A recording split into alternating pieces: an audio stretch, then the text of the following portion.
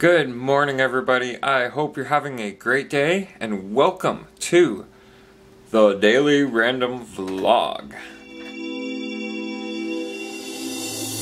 Today on the vlog, it's been, well, for me, mostly kind of a tidy up, kind of a clean up day. Trying to fix these glasses. I don't know if you guys can tell, but along the creator bench, the workbench, I had the glasses sitting. I had the camera off over to the side. They're usually not too far from each other because whenever I'm standing here in this position that you guys are used to seeing, there's a bright light right there. So I like to have these to at least tone it down a little bit, light sensitivity and whatnot. But you notice these aren't actual Ray-Bans. You can't, they're not blocking my eyes. If you look close, you can still see my eyes. So it's not like I'm hiding behind sunglasses. But I had some super glue open, tire glue actually, this stuff. And the lid is like underneath this part, the needle part is buggered. So I have to take it open, like open it up and use something, dip it in there and drip on whatever I'm working with, right? Okay, so the lid wasn't on 100%. My glasses were kind of near that. And I did not notice right away. My cat got over there and knocked the bottle over. And I smelt the smell as soon as it lofted over, and I was like, oh my god, put on the gas mask. You know, everybody's got one of these kind of gas masks. You know, this temporary gas mask. Got the window open, sprayed some rubbing alcohol on the area where the glue spilled.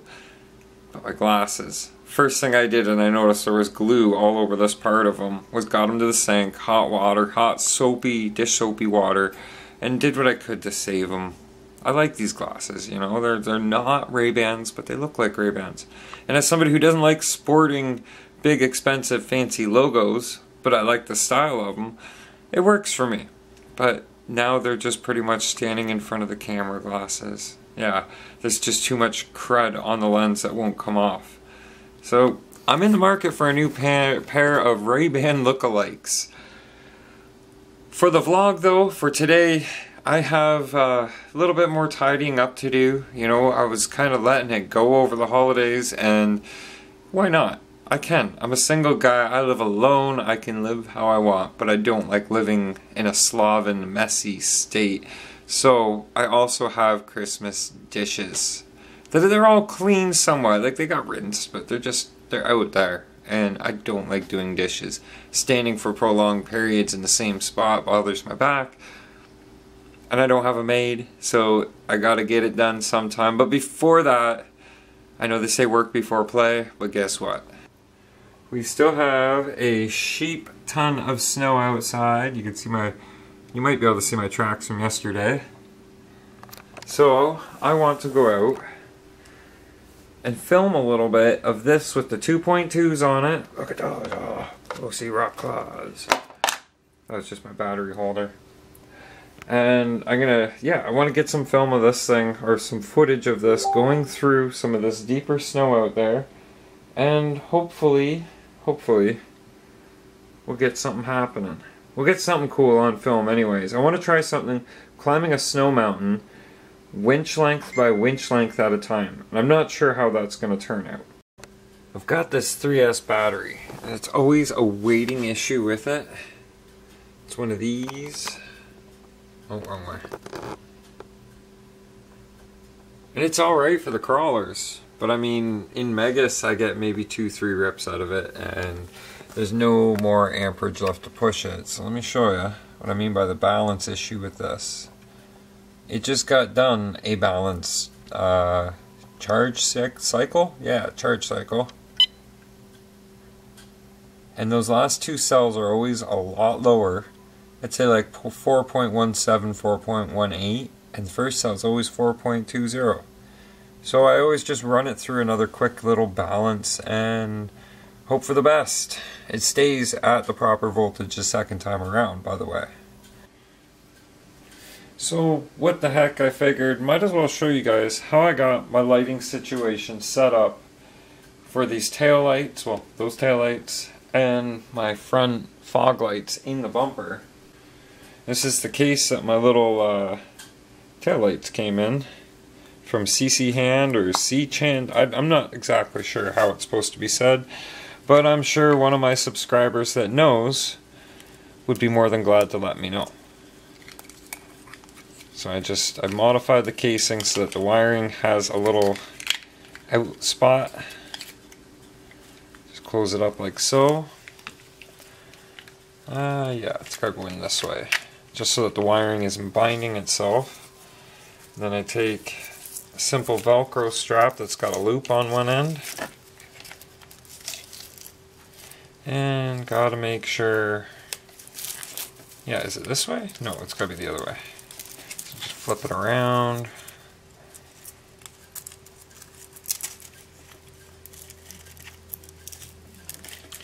And cinch it tight.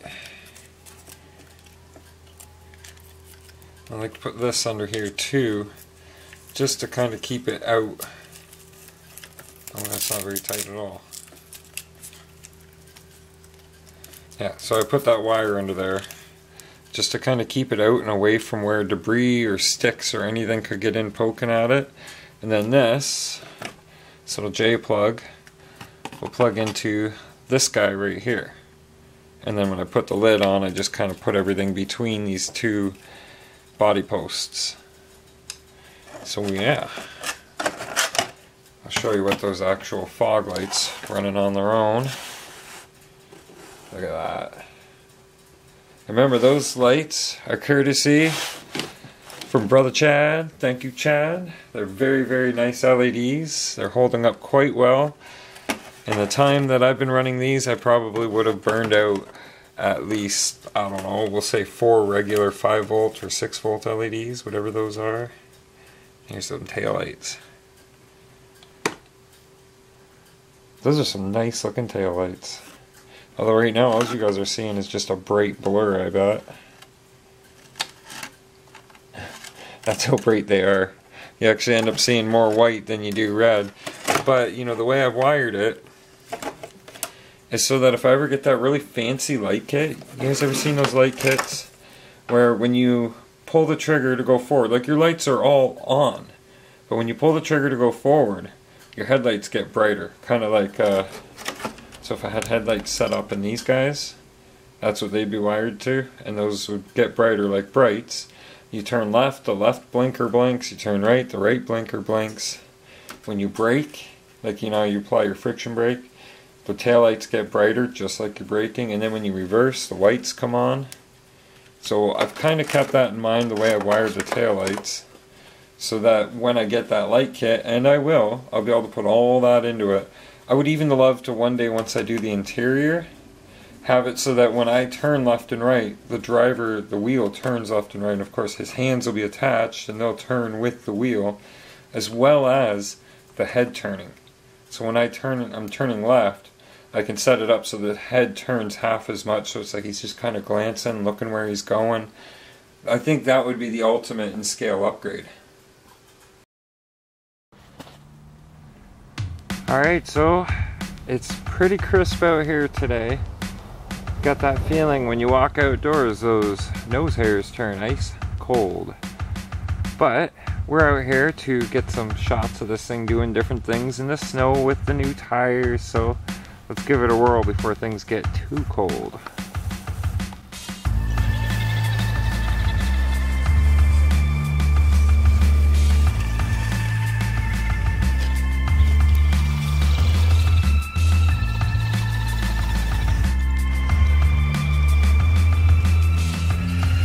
No problems.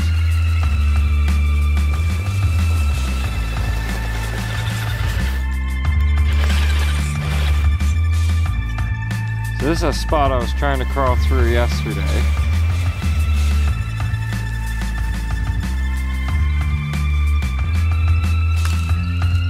With much more luck today. Oh, we're buried.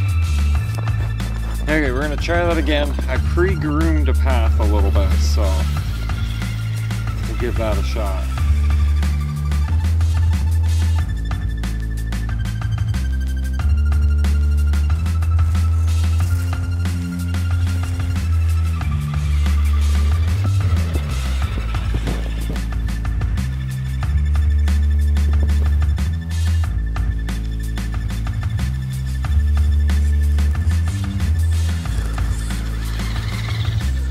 try to venture off into the deeper stuff.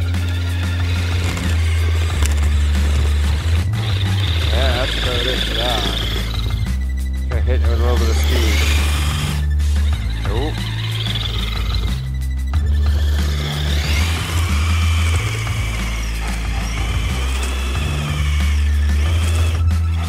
A little bit of something to grip on there.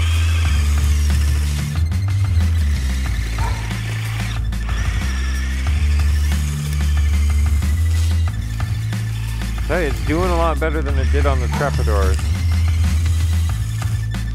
As soon as you get into that deep, you know, like deep snow is deep snow. You're only going to be able to do so much, right? Try it without wheel spin.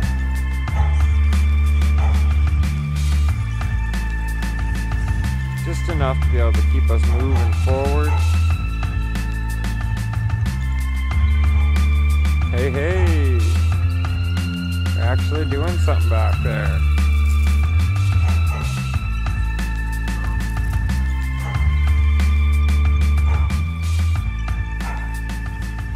Would you look at that? Okay, so there's no way that would have just happened using the Trepador tires. That's pretty awesome. Now, I'm trying to think of a way to climb a hill using the winch. Let's go look for that. Get some birds chiming in and neighborhood dogs barking. Adding to a nice outdoor element of the video.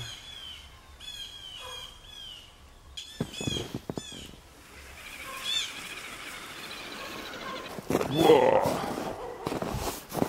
Uh-oh, I just put a great big old footprint right in the middle of the path I gotta drive in. See, that's a problem I was also dealing with yesterday, being the last one in line on the trail. So yeah, being the last one in line on the trail, dealing with everybody else's footprints made for another challenge altogether. So this will be a great example to show you guys of what dealing with a footprint can be like. That's a big hole underneath that truck. So I'm trying to assess what kind of mountain we want to climb here. Because this is all some pretty soft stuff. Right? Like, it didn't take anything to sink into it. So that might not be such a good idea. I wouldn't mind finding somewhere that the plow has packed it in a little bit more. Like maybe right here. And we'll come right up to the top here, but we'll do it all under winch power. Well, winch and truck. So, this look like a good camera angle to you guys? Alright, so you see that Canadian flag, the ever so beloved Canadian flag sitting at the top of the hill. And this neighborhood dog is just getting his voice in as much as he can. You hear him? Anyhow, we're going to use that as our anchoring point because as you're about to see, this hill is almost just too soft to climb, even if we get a good run at it. We'll try that. We're only going to get up so far, so I suppose the idea would be get the truck up there, a good distance to where it's on the hill, and then break out the winch. Let's give this a shot. Okay, we're up the hill part way.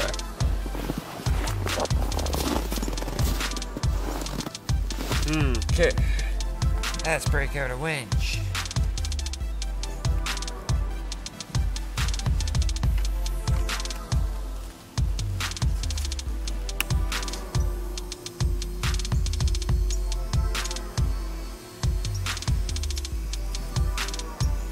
Will the winch cable be long enough?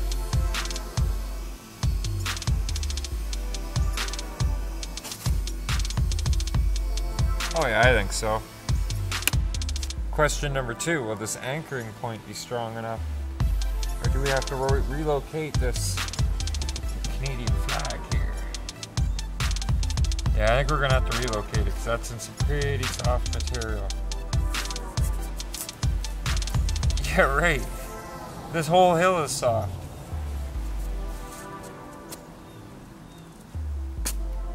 Okay. Trust me, there's a Canadian flag here. I've let that out just a touch more. That should do. for the rope or the winch line to itself. Okay. To reverse the polarity, we're pulling instead of letting the line out. Stand by with the truck. Okay, we be winching. All we're doing is pulling that flag post down.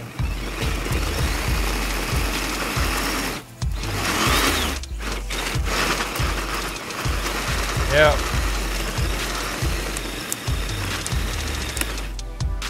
Shut her down. It ain't working. We're just pulling that flag post straight through the mountain. That's a strong winch. So, we either gotta find a more solid hill that the anchor's gonna stay where it needs to stay, or we gotta pack a hill down. That's not a bad idea either. Or better anchor, maybe. Good truck.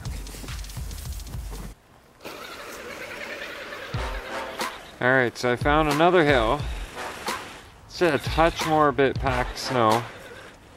We're gonna give this a shot. Plus, I've used a wider board that's gonna pull through the snow a little less easy.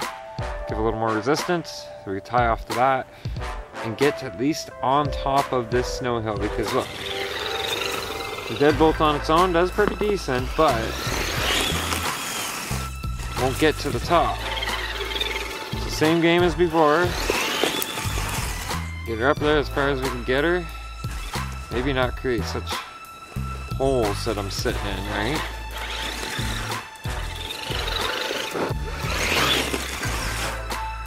There, now it's not sitting in deep holes. Try this again. Don't mind that barking neighborhood dog in the background, folks. That's part of a community. You get barking dogs, you get noisy kids, you get sirens, you get all that lovely stuff. Hopefully we got no sirens today.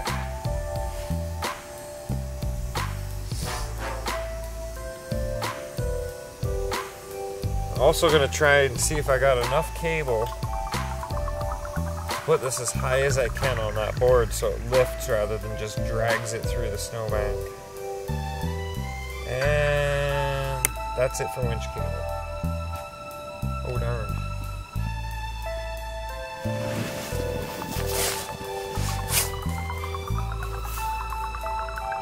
Yeah, that could be a problem.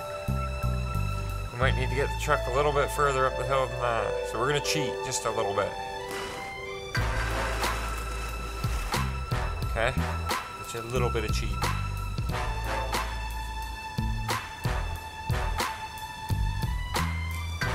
Okay, that's on there. Wish the deadbolt luck, folks. This is what winching's all about.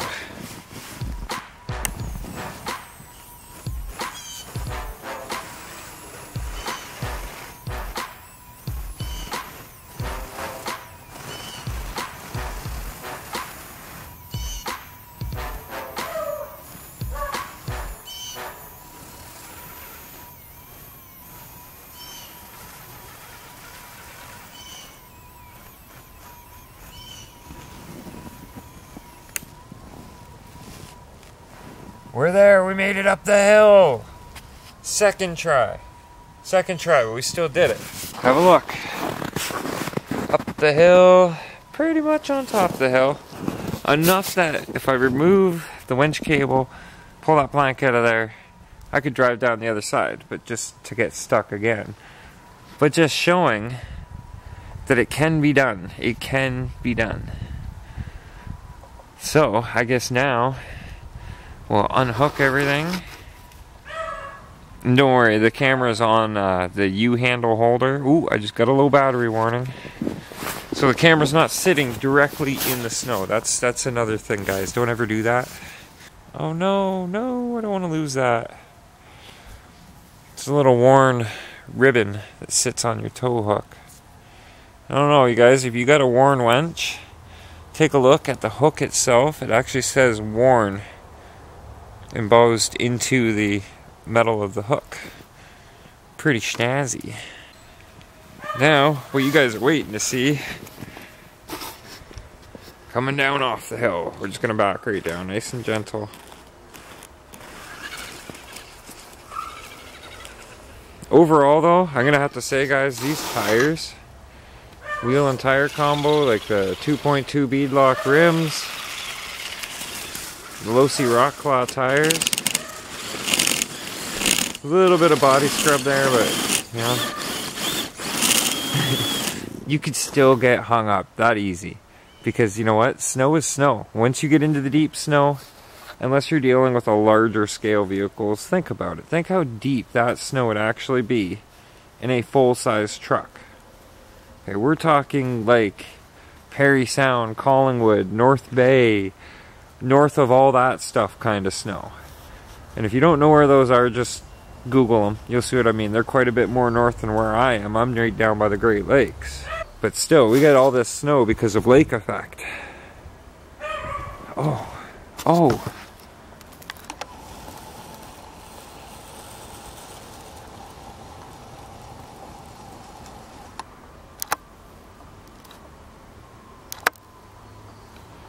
Cool.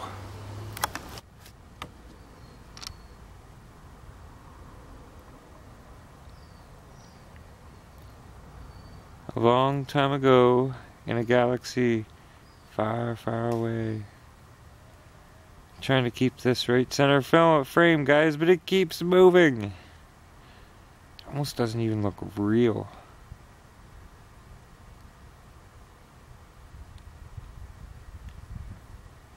Boom, boom, boom, boom, boom, boom, boom, boom, boom. Yeah, I'm not gonna do that. Oh, that's awesome. We got our very own Death Star. It's kind of following the deadbolt around.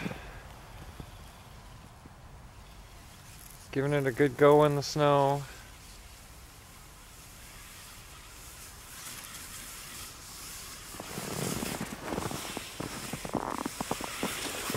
It's nice and easy on the throttle.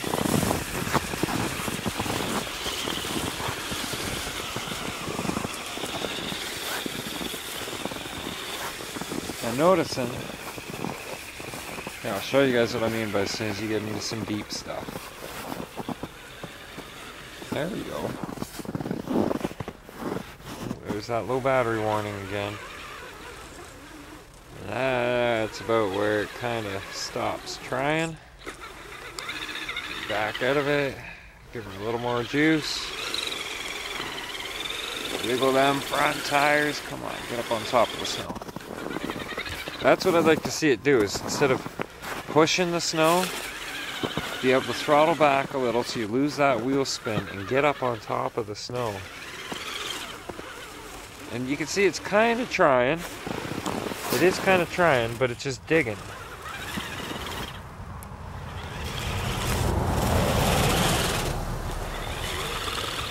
But then we come along and we do this. Okay. Take the feet, drag them through, make footprints, whatever. See? And my big old boots. And then watch this. I shouldn't have any more problems on the trail. Well, obviously I'm going to have problems. Nothing's perfect. But I mean, as far as those simple getting stuck, really frustrating getting stuck issues, I think we got them licked.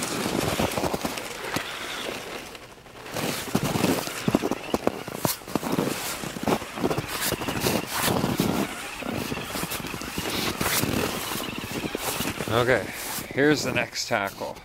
All there is striding footprints. In other words, they're a distance apart.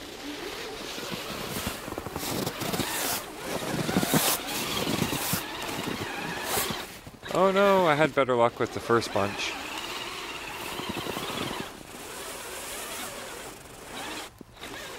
Try not to let it bury itself.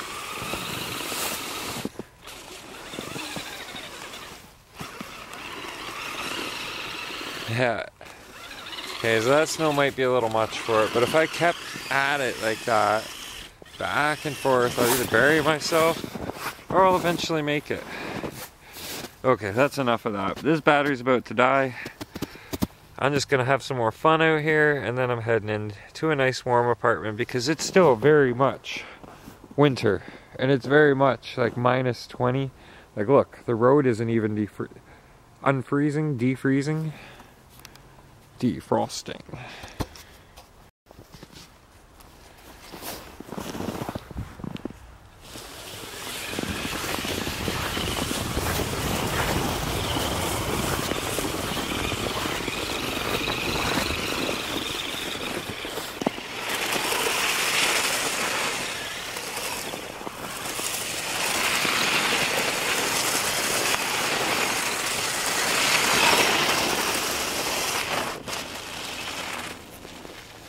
And I know Axial deadbolts weren't designed for doing donuts, but you gotta have a little fun once in a while. Wow, is it ever cold out there, guys? It's a bit later in the evening, the sun's gone down, and the temperature, I mean, it was already cold, but it just plummeted. So I'm canceling my plans. I had plans of going over and visiting, you guys remember Chad? I was going to go over, chill with Chad for a little bit, discuss some 3D printer options for the future, just all the different kind of stuff that I so far have noticed it. And I'm kind of curious to see what his take, what his driver inspiration, because a lot of guys in the RC world, they see 3D printing options, they see scale items, a lot of scale items, even if you need to just make that custom piece instead of trying to carve it or make it out of a hunk of metal, or you know, like you can just 3D print it, correct? Yeah. So that is a discussion. That is a discussion for the future, for sure. But while I've been sitting at home thinking about how the cold weather has me kind of trapped indoors, a question came up on Facebook. This is in the group RC Junkies. It's a pretty good group, RC Junkies. And it's coldest temperature you'd run your RC. Well, you guys have seen we run our RC cars in some pretty dang cold temperatures, but the biggest consensus is the colder it is, the quicker you're going to start breaking plastic parts. Then you got other things to worry about. How cold is it before a lipo pack freezes? Right? I mean, like, there's got to be an indefinite cold, but while they're in use, they're kind of generating their own heat a little bit. So that's a kind of a weird question.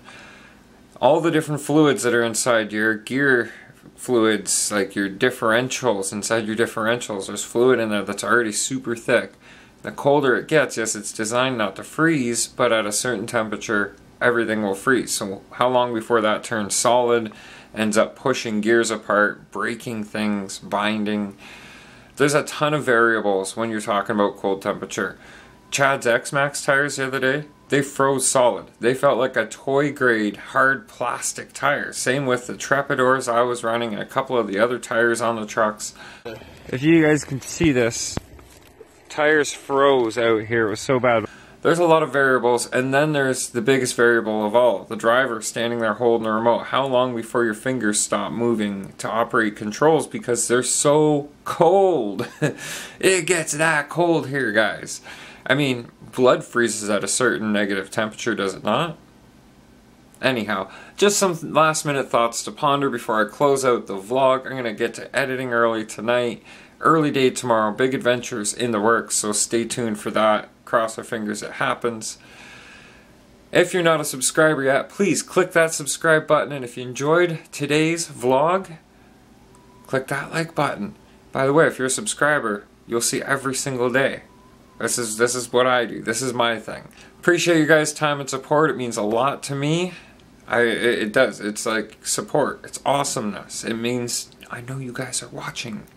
Think positive. Stay positive. Keep a smile on your face, and we'll see you guys here tomorrow.